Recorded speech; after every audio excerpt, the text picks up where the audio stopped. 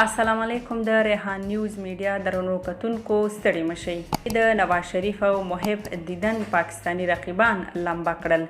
د محب او نواز شریف ترمنځ څه پیښ شوي او د نواز شریف لور مریم نواز څه ویلي، تازه جزئیات یې په ویډیو کې وګورئ. پاکستان او محب هیڅ ښې خاطرې نه لري. په دې وروستیو میاشتو کې د پاکستان له لوري پر محب او محب پر پاکستان سخت لفظي ګزارونه کړي او پاکستان له هغه سره هر رنګه رسمي چارې بندي کړي دي. د افغانستان د ملي امنیت سلاکار حمدالله محب د پاکستان له پخواني لومړي وزیر نواز شریف سره په برطانیه کې لیدلي او د افغانستان پر مسله او د پاکستان پر رول یې یو له بل سره خبرې کړي دي، چې له امله یې اوس مهال د واکمن ګوند تحریک انصاف د یو شمېر مشرانو له لوري د دې لیدنې په هکله غبرګون ښودلی او دا یې سم کار نه دی بللی. خو د نواز شریف لور مریم نواز بیا د دې لیدنې ننګه کړې ده.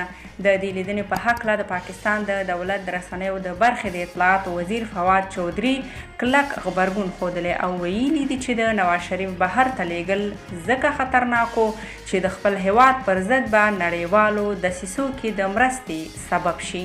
هغه ویلي په افغانستان کې د هندي استخباراتو تر ټولو لوی ملګري حمدالله محب سره د نواز شریف لیدل د همدې عمل دسیسې یو ښکاره مثال دی.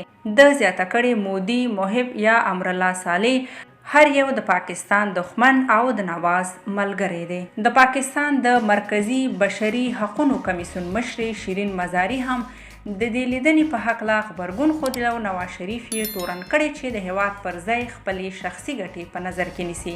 د افغانستان د ملي امنیت سلاکار په ننګرهار ولایت کې پاکستان په بیلابیلو نومونو نومولی او افغانستان کې یې د 40 کلنې جګړې په ملاتړ تورن کړی و. محب پاکستان ته فاحشه خانه هم ویلی و چې پاکستانیان له دې عمله زیات خواشیني دي. د پاکستان د مملکت وزیر شهریار افریدي هم د نواز او محب پر لیدنې کلک غبرګون ښودلی او زیاته کړې ده چې له دې څخه څرګندیږي چې نواز شریف د پاکستان له دښمنانو سره اړیکې لري.